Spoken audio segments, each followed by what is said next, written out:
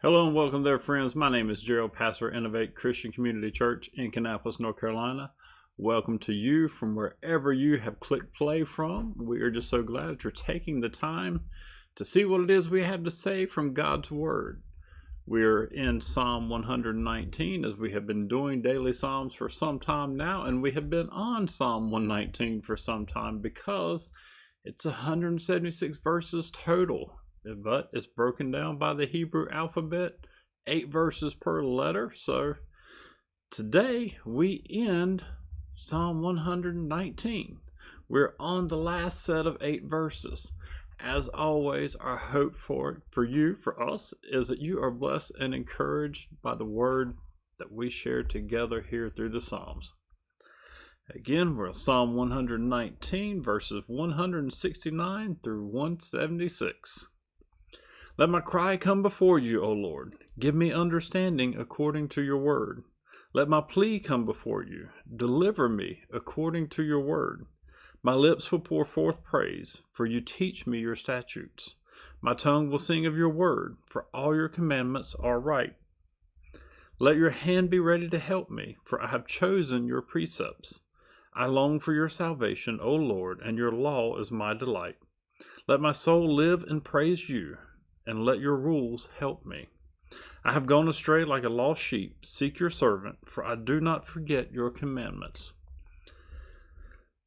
So I love this, give me understanding according to your word. And he says, deliver me according to your word. Teach me your statutes. I long for your salvation.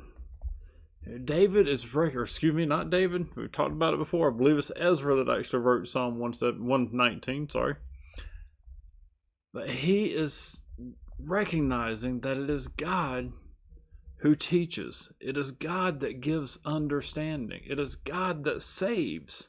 He says, I long for your salvation. It is God's rules and his law that we should also long for and trust in. And throughout this Psalm 119, we have read much about the love of God's Word, the truth of God's Word. And the psalmist that did write this, Ezra, David, whoever it is, doesn't matter. What matters is his teaching and his love is coming through in his writing here for God's Word. He is anchored in God's word. Friends, what are you anchored in? How much trust do you have in God's word? Many today don't believe it is God's word, or they want to pick and choose different parts from it, because there are some difficult verses to deal with throughout scriptures. But that doesn't change the fact that it is God's word.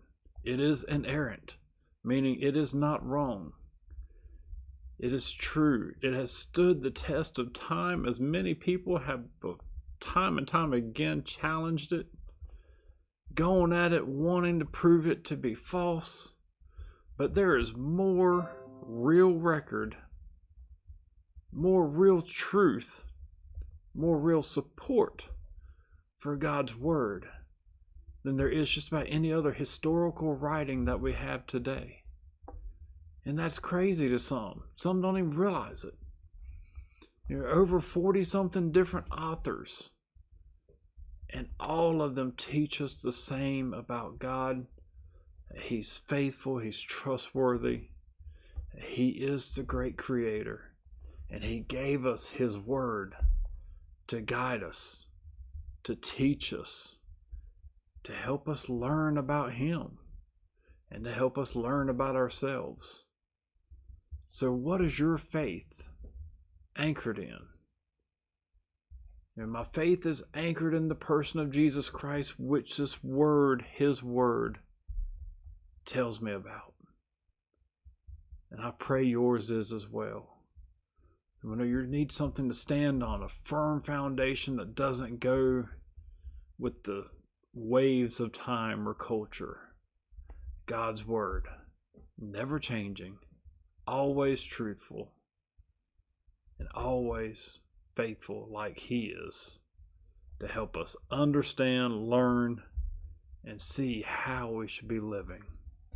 Friends, I pray that this word has been an encouragement to you. And if so, will you take a moment, click share, leave a comment, do whatever you can so that others can see, hear, and be blessed and encouraged too. And tomorrow, join us for our daily Sunday sermon, usually on here about 1 o'clock or so.